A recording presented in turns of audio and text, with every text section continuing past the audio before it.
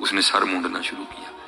اب ٹنڈ وہ کر رہا ہے, ٹھیک ہے جی, شاہ صاحب سامنے بیٹھے ہیں, بیوی نے زخم پہلے چھیل دیا, اندر جناب بیٹے کی محبت کا طوفان حضرت.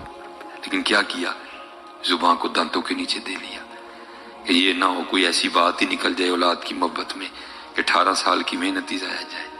لیکن حضرت آپ کو پتہ ہے طوفان تو طوفان ہے, راستہ بنا لیتا ہے. طوفان نے کیا کیا, آنسوؤں کی شکل اختیار کی اور بہنا شروع ہو گیا. وہ کیا ہوا, یہ اتنا نا دائیں جانب سے اس نے ٹنڈ کر لی تھی, اب بائیں جانب آنے لگا تھا. تو جب ہلانا تو کیا ہوا, وہ آنسوؤں کے قطرے شاہ صاحب کے سر پہ گرے. نہ بھی گرتے تو حضرت کو پھر بھی پتا تھا اندر کیا چل رہا ہے. جب قطرے گرے تو بہانہ بن گیا. آپ نے پیچھے دیکھا مریض رو رہا ہے. پوچھا نائی بابے تم کیوں رو رہی ہے؟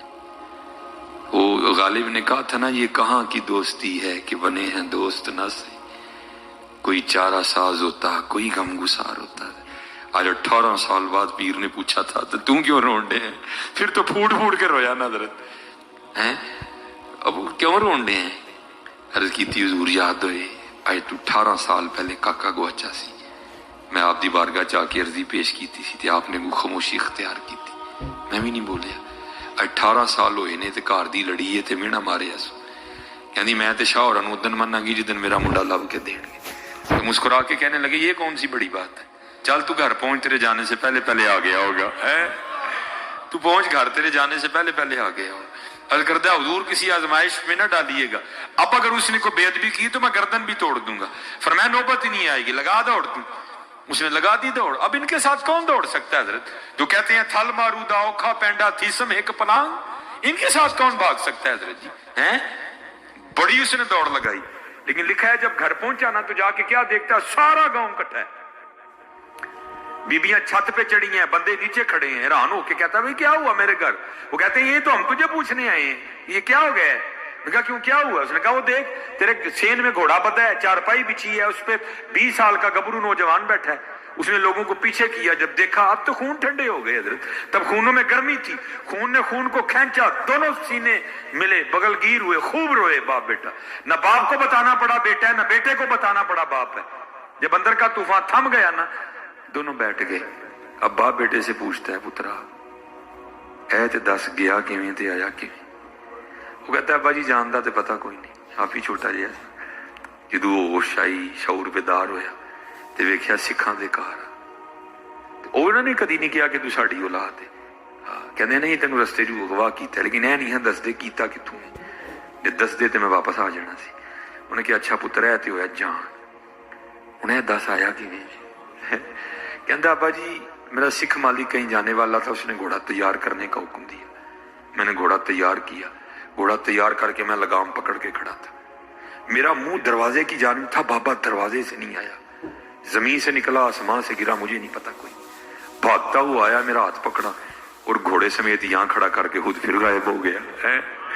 اب وہ مرید تھا نا, دل میں سو خیال آئے, کہتا ہے پترا جے لے جاؤں اور بابی ہوری پچھاننے پہن تے پچھان لیں گا. کہتا ہے ابا جی پہلی گل تے بابی ہوری ایڈے سونے نے, وہ لکھا جے کھلارو گے تے پچھان لگا. نالے سب تو بڑی نشانی ہے ہی بابے ہوراں دی ادھی ٹینڈ ہوئی ہے تے سر تے وال سن. حضرت چاہیں تو اشاروں سے اپنی کایا ہی پلٹ دیں دنیا کی, یہ شان ہے خدمت گاروں کی, سرکار کا علم کیا ہوگا ہے. بس حضرت جی بات وہی ہے, ہم تو مائل بکرم ہیں, کوئی سائل ہی نہیں ہے, کوئی سائل ہی نہیں. کوئی قابل ہو تو شانے کہیں دیتے ہیں, ڈھونڈنے والے کو تو دنیا بھی نہیں دیتے. کبھی تو صاحب پوچھیں گے کون کھڑا دربار ہمارے. یہ حضرت نے مجھے کہا تھا, چلے میں بس اسی پہ اینڈ کر دیتا ہوں. حضور ضیاء الامت پیر محمد کرم شاہ رحمۃ اللہ تعالی علیہ, یہ حضرت کی ادھر نا معمول تھا حضرت کی زندگی میں بھی کہ یہ ایک حساب ہے کہ جی حضور نبی علیہ السلام کی ولادت باسعادت کا وقت 4:20 With some health insurance companies, تو پھر جو اشاق ہے ان کا آج بھی معمول ہے کہ وہ کیا کرتے ہیں, کہ بس اس سے پہلے آ کے خوبصورت سی محفل سجاتے ہیں اور 4:20 پہ حضور نبی علیہ السلام کی بارگاہ میں درود و سلام کا نذرانہ پیش کرتے ہیں۔ تو ڈیرے شریف میں بھی یہ معمول تھا، شاہ صاحب نے کیا کرنا، سارے بچوں کو اٹھا لینا، محفل بیٹھ جانی، سب نے درود پاک پڑھنا شروع کرنا، اور حضرت کی جو نظر ہے نا وہ گھڑی پہ ہونی، جب 4:20 ہونے تو پھر اٹھ کے نا وہ مصطفیٰ جان رحمت پہ لاکھوں سلام پڑھا جاتا۔ تو وہ بزرگ بیان کرتے ہیں جنہوں نے یہ تسہیل النحو، تسہیل المنطق، تسہیل الصرف لکھی ہے نا، وہ کہتے ہیں کہ جو بیرا شریف کا دوسرا سال ہے نا، کہتے ہیں میں تب آیا تھا، اور پھر ادھر ہی ماشاءاللہ استاد لگ گئے، پھر حضرت نے کتابیں تصنیف کی۔ وہ کہتے ہیں ایک دن کیا ہوا کہ ابھی 4:20 نہیں ہوئے تھے، کہتے ہیں پیر صاحب مصلی پہ بیٹھے تھے، تو کہتے ہیں محفل کی کیفیت ہی بدل گئی، ہر آنکھ میں سے آنسو بہنے شروع ہو گئے، اور کیا حضور ضیاء الامت جو ہے نا وہ مصلی سے اٹھ کے نا مصلی کی اس جنانی بات باندھ کے کھڑے ہو گئے، کہتے ہر آنکھ رو رہی تھی لیکن پتہ نہیں تھا رو کیوں رہے ہیں۔ کہتے 4:20 سے وقت اوپر ہو گیا، شاہ صاحب کہ پیر کرم شاہ صاحب رحمۃ اللہ تعالی بے ہوش ہو کے گر گئے۔ بس کہتے ایک دن نا ہم کسی سفر پر تھے، اور کہتے ہیں ڈرائیور شاہ صاحب اور ساتھ میں، کہتے میں نے عرض کی حضور جی اج گل پوچھاں تے غصہ تو نہیں کرو گے، دسو گے؟ کہتے نہیں یار ہوں تیرے نال ہی غصہ کرنا ہے، پوچھ۔ کہتے حضور نہ اس سے پہلے ہوا نہ بعد میں ہوا، اس دن کیا ہوا تھا، کیا رنگ تھا اس دن؟ وہ آپ مصلی سے اٹھ کے کھڑے ہو گئے، سارے ہی رو رہے تھے، اب بعد میں گش کھا کے گر گئے، کیا ہوا؟ فرماتے حضرت پھر رو پڑے اور فرمانے لگے محمد خان تینوں کی دساں، اس دن حضور آپ ہی تشریف لے آئے سن۔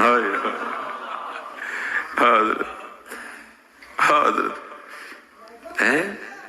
ہم تو مائل بکر کوئی سائل نہیں، ہم تو مائل بکرم ہیں کوئی سائل نہیں، راہ دکھائیں کسے کوئی راہ روے منزل ہی نہیں ہے۔ ہاں حضرت صرف ہم میں کمی ہے، وہ بڑے کریم ہے حضرت۔ یہ حضور پیر جماعت علی شاہ رحمۃ اللہ خود فرماتے ہیں، لکھا ہے آپ نے کتاب میں، کہتے ہیں جب غازی علم دین شہید رحمۃ اللہ تعالی علیہ کو سزا ہو گئی نا، تو کہاں حضرت جی اشاق کو سکون آ رہا تھا، کہتے ہیں ہم نے آپس میں بیٹھ کے نا چند بزرگوں نے آپس میں یہ بات کی، بھائی ہم لوگوں کو بتاتے ہیں جو بے گناہ قید ہو وہ سورہ یوسف کی تلاوت کرے تو اللہ سورہ یوسف کی برکت سے رہائی کا اہتمام کر دیں گے، تو ہم تو لوگوں کو بتاتے ہیں، تو علم دین کے لیے بھی ہم پڑھتے ہیں، اس کو بھی بتاتے ہیں۔ یہ تو پھر دل میں خیال آیا یار بندہ سادہ ہے، پتہ نہیں وہ جو ہے نا وہ پڑھا بھی ہے کہ نہیں پڑھا، ناظرہ اگر پڑھا بھی ہے تو پتہ نہیں کسی عورت سے پڑھا ہے، کسی قاری سے پڑھا ہے، معروف پڑھا ہے، مجہول پڑھا ہے، تو کیا کریں؟ کہتے پھر آپس میں گفتگو یہ ہوئی کہ اس طرح کرتے ہیں کہ یہ ذمہ داری بھی ہم لے لیتے ہیں۔ کہتے جیلر سے اجازت لی، سارے چلے گئے، حضور امیر ملت پیر جماعت علی شاہ صاحب کیونکہ حافظ قرآن تھے، کہتے ساری بات جا کے نا علم دین شہید رحمۃ اللہ تعالی کو بتائی۔ بھائی علم دین بزرگ کہتے ہیں سورہ یوسف کی تلاوت کرنے سے اللہ قید سے رہائی کا اہتمام کر دیتے ہیں، جو خود نہیں کر سکتا وہ کسی سے کروائے، یہ بھی نہیں تو کسی سے کروا کے سنے۔ اب پتہ نہیں تو ناظرہ پڑھا ہے کہ نہیں پڑھا، پڑھا ہے تو معروف پڑھا ہے، مجہول پڑھا ہے، عورت سے پڑھا ہے، قاری سے پڑھا ہے، تو چل اس طرح کرتے ہیں، ہم نے اجازت لے لی ہے، میں روز آؤں گا اور تجھے سورہ یوسف سناؤں گا، ٹھیک ہے؟ تو چل میں پڑھنے لگا ہوں تو تو سن ذرا۔ اب حضور امیر ملت نے کیا قرآن پڑھا ہوگا، لکھا جی امیر ملت نے تلاوت شروع کر دی، الف لام را